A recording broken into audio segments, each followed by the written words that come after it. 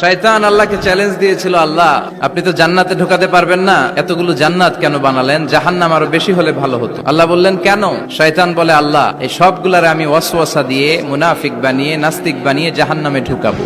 আমি চ্যালেঞ্জ দিলাম, ডান দিক থেকে ধোকা দেব, বা থেকে, সামনে থেকে, পেছন থেকে, নিচ থেকে, রগের শিরা উপশিরায় ঢুকে, মাজরাত দাম যেখান দিয়ে রক্ত চলাচল করে ওখানে ঢুকেও আমি ধোকা দেব। তো আপনি জান্নাতে ঢুকাবেন কেনমে? আল্লাহ বললেন তুমি আমারও চ্যালেঞ্জ দাও, এত বড় সাহস? আমি তো সব রাজার বড় রাজা, মহারাজা, মহারাজার সাথে চ্যালেঞ্জ দেয়া যায় না। তুমি আমাকে চ্যালেঞ্জ দাও। ওকে ডান, আই টেক ইউর চ্যালেঞ্জ। আমিও তোমার চ্যালেঞ্জ নিলাম।